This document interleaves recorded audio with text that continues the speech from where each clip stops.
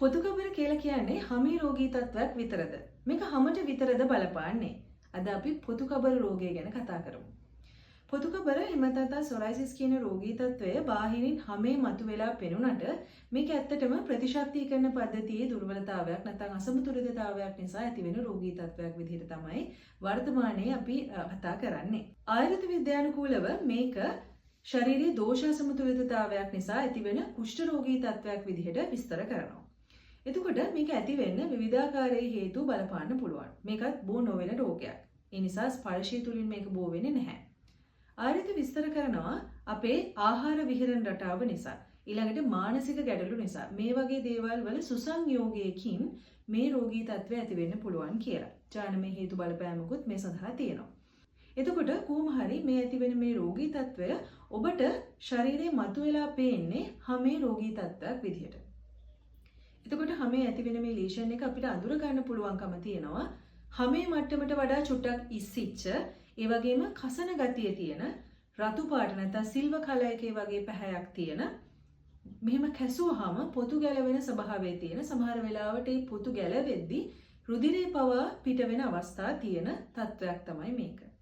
එතකොට ගොඩක් වෙලාවට ගොඩක් රෝගීන්ගේ මේක මුලින්ම ඇති වෙන්නේ හෙයා ලයින් එක. අපේ හෙයා ලයින් එක ඒ වගේම ශරීරයේ නැවෙන සුළු තැන් තියෙනවා. ඒ කියන්නේ වැලමිට, දණහිස් මේ වගේ තැන් ආශ්‍රිතව මේ රෝගී තත්ත්වය ඇති වෙන අවස්ථාවක් අපි දකිනවා. එතනින් පස්සේ මේ රෝගය ශරීරයේ ඕනෑම තැනක ඇතිවීමේ අවස්ථාව තියෙනවා.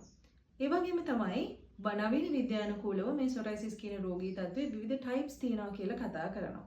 ඒ අර්ථයේ මේ නියපොතු වල ඇතිවෙන තත්ත්වයක් තියෙනවා. නියපොතු වල එතකොට ස්වභාවය වෙනස් වෙනවා.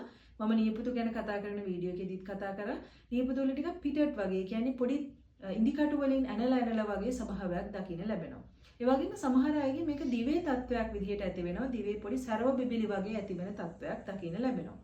ඒ වගේම තවත් ස්ථානවල මේක විශේෂයෙන්ම ගෑනු කෙනෙක්ගේ නම් පියුරු යට ප්‍රදේශයේ වයිඩ් ඒරියා එකක පැතිරලා තියෙන රතු පාට පැච් එකක් විදිහට මේක මතුවෙන අවස්ථා තියෙනවා. මේ රෝගී ටිකක් කල් ගිහිල්ලා බැක්ටීරියල් නැත්නම් ෆංගස් එකක් එක්ක ආසාදනය වෙලා ඒ ආසාදනත් එක්ක එකතු වුණොත් මේ රෝගීන් ගොඩක් වෙලාවට ශරීරයේ මේ රතු පාට ස්වභාවයෙන් නෙවෙයි ශරීරේ කළු පාට වෙලා හැම කළු පාට වගේ ස්වභාවයකින් තමයි දකින්න ලැබෙන්නේ. එතකොට මේ රෝගය ටිකක් සුව කරන්න අපහසුයි, කල් ගත වෙනවා රෝගය සුවපත් කරන්න. මේ පොතුකබර රෝගයට ආයුර්වේද ප්‍රතිකාර තියනවාද කියලා ඔබ මගෙන් අහයි. මේ රෝගය සුවපත් කරගන්න ආයුර්වේද විද්‍යානුකූලව ඔබට හැකියාව තියෙනවා. නමුත් මේක බාහිරින් විතරක් කාලයක පාවිච්චි කරලා ප්‍රතිකාර කරලා සුව කරන්න පුළුවන් රෝගී තත්ත්වයක් නෙවෙයි. ට්‍රීට්මන්ට් ප්‍රොසීඩර් එකක් පාවිච්චි කරලා, ඒ කියන්නේ අභ්‍යන්තර සහ බාහිර ඖෂධ දෙන ගමන් තවත් විවිධ ඖෂධ ප්‍රතිකාර කර්ම තියෙනවා ආයුර්වේදය තුල. ඒවත් පාවිච්චි කරලා කරන්න පුළුවන්, සුවපත් කරන්න පුළුවන් රෝගී තත්ත්වයක් තමයි පොතුකබර කියලා කියන්නේ.